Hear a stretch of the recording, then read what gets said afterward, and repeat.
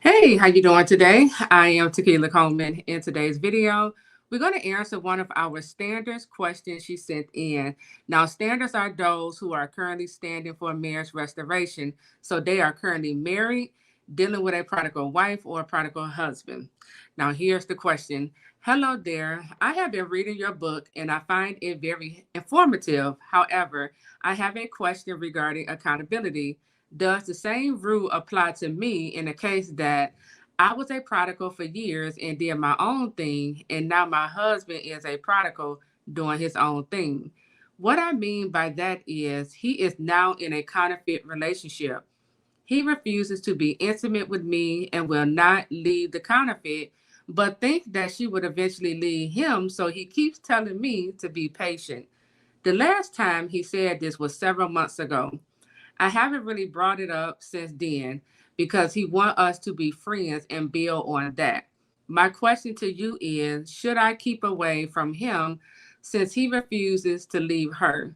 We live about 5 hours apart, but we do see each other about every month or so. When he is here with me, he sleeps in the guest room, and that bothers me as well, which I expressed my concerns to him about it, but he refused to sleep in the same bed with me. Thank you. All right. So thank you for sending in your question. So basically, your question is: should I keep away from him since he refused to leave her? Yes, you should hold him accountable. See, accountability, when it's done the right way, it helps to make our spouse a better individual. And in this case, we're talking about your husband. I'm not sure if the reason why your husband went out and got this counterfeit woman, I'm not sure if he's doing that because he's getting you back from when you were a prodigal. Whatever the case may be, number one, let me just point this out. Number one, God is showing you, okay, that your marriage is built on sand. He's showing you where the sand is at in your marriage. The sand where it's at that I can identify here in your email is that your husband, he doesn't even respect, he doesn't even honor covenant, right? I'm not sure what you was doing when you was a prodigal.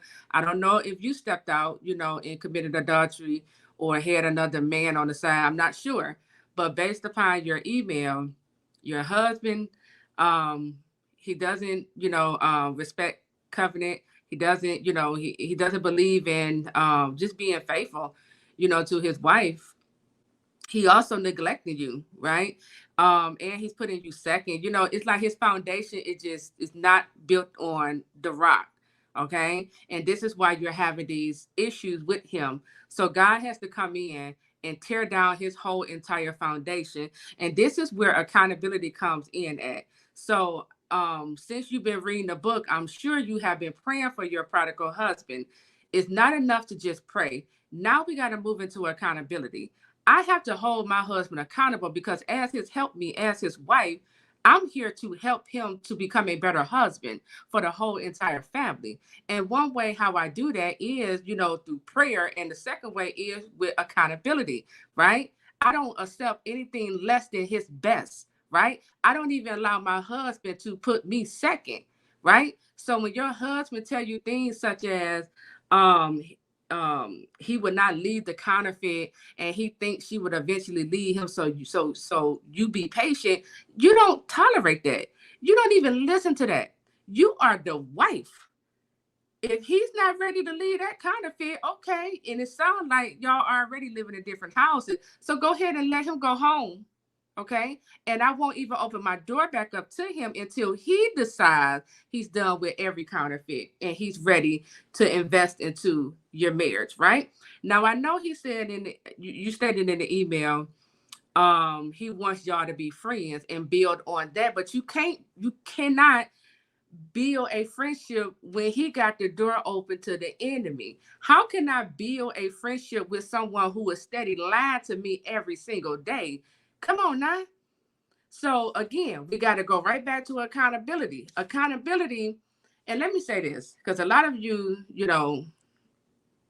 there's a lack of understanding around accountability, and some of you are doing it wrong. And then sometimes, for some of you, when you try to hold your spouse accountable, you come off that accountability yourself, right? When we talk about holding your spouse accountable, accountability requires for the one who is holding the person accountable, it requires for you to have high self-esteem. Accountability is going to require for you to know your worth and value, for you to know what you deserve and don't deserve, so that when you're holding your husband accountable, you don't come down off of that accountability. You don't start thinking when he run to the counterfeit, oh, well, maybe that was, your fault because you was holding him accountable. No, he doesn't want accountability if they run to the other person when you hold them accountable.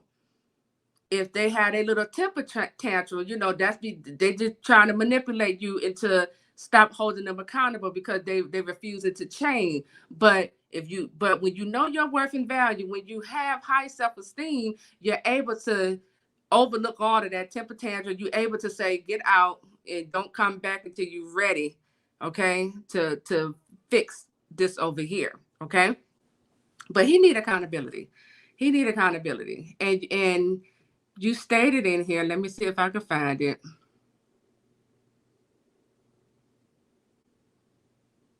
You said, when he is here with me, he sleeps in the guest room, and that bothers me as well, which I expressed my concerns to him about, but he refused to sleep in the same bed with me. So he is disregarding how you feel. He wants you to be his friend, right? Be patient with him, but he's not willing to meet any of your needs. And you see, you can't be in a one-sided marriage. It sounds like he probably has a resentment towards you. He's it's something going on in his heart concerning you.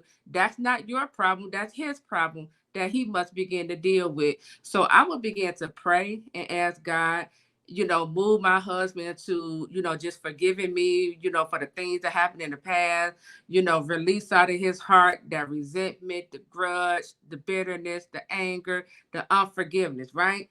Because this, he's acting out, and he think you're supposed to tolerate this mess from him. And he's also trying to tell you, as long as you are married to him, this is the type of marriage you're going to have with him.